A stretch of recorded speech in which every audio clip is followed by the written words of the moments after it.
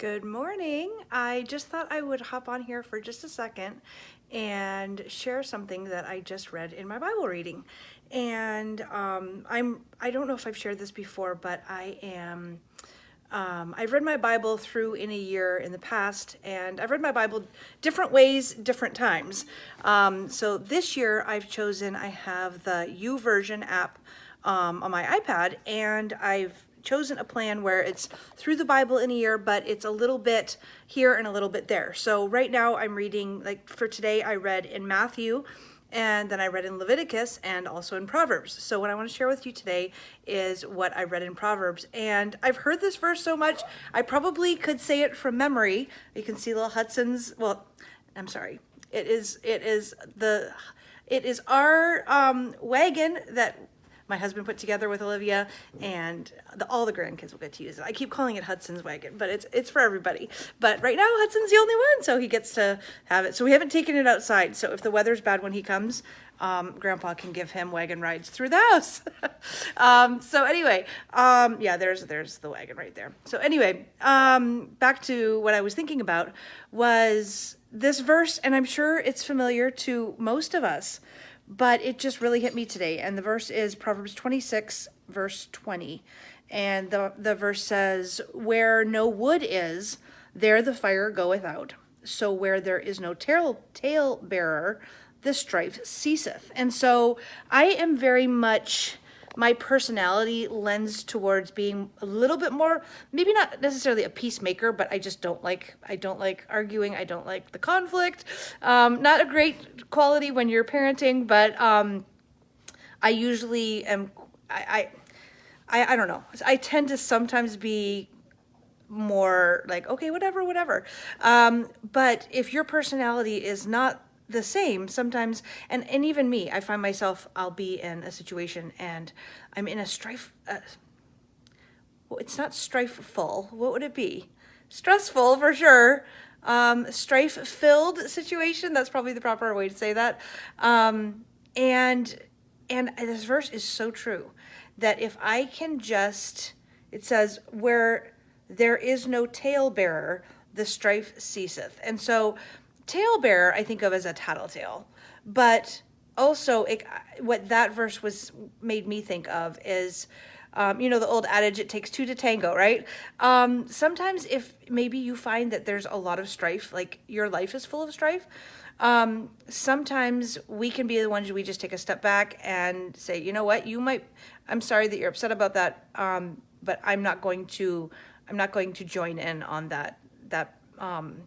this not necessarily altercation, but this discussion. I'm just going to allow you to share, but I'm not going to, add fuel to the fire, right? Another thing, if you find that in a lot of places where you go and a lot of interactions that you have, that there is a lot of strife, maybe take a look at your life. Maybe you're one of those people that you just like to, as I would say, poke the bear or stir the pot, or, try to, you just thrive on that, excitement, right? But I think that, I don't know, that just the verse stuck out to me. And that, if we don't want strife, there's a way. We cannot control anyone but ourselves. We can only control ourselves. So whether the people that we interact with may be causing strife, maybe we are the ones causing strife, and we can take a step back and say, do I really need to be making a big deal about this? When I was in college, one of my teachers, Carol Tudor, she said, and I don't know if I can remember them all, I hope I can, but when there's a situation that is potentially heated, we can look at it and ask ourselves three questions. First of all, maybe 3 points, maybe not necessarily a question. One of them was, is this going to matter 10 years from now? And then I know the other one was, people are more important than things. And I don't remember the third one. I shouldn't have started listing them because now I can't remember them. So I don't know if she's going to get to watch this video, but if any of you took her classes and can remind me of the third one, because right now it's just slipping my mind. But I do think of that. I'm like, is it really, the one that really gets me is this really going to matter 10 years from now? Now with child rearing, the thing that we might be dealing with may seem apparently small. Like, okay, does it matter? I've asked them to sit down while they're having a drink, but they are walking around with their drink. Okay, does that really matter 10 years from now? Well, in my opinion, yes, it does, because number one, they're not obeying, and number two, they might fall and trip and choke or something. Who knows? And as a parent, you've asked them to abide by these rules. So those things, though that specific example might be like petty, kind of like, okay, is it going to really matter 10 years from now when they're 13 that they walked around with their cup of milk?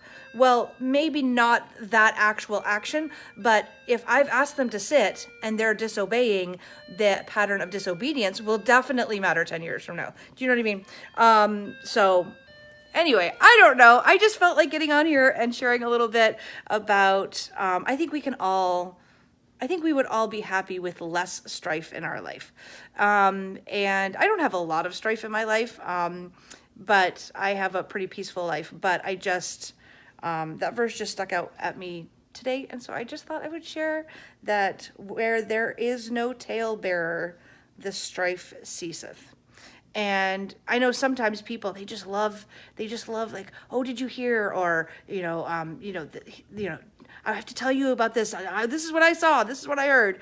And I know if you're that kind of person, that might be something you might want to work on. But if somebody like that comes to you, maybe don't make it quite so. Maybe just, it's hard, and you might get a look like, well, who do you think you are? But maybe, say, I really don't want to know that. Like, do I really need to know this? Like, why do I need to know this? And then maybe that person won't come to you quite so much and tell all the juicy stories. I don't know. I hope that maybe that's a blessing to somebody today. But anyway, I hope you have a wonderful day. And I just thought I would share that verse. That was Proverbs 26, verse 20. Have a great day.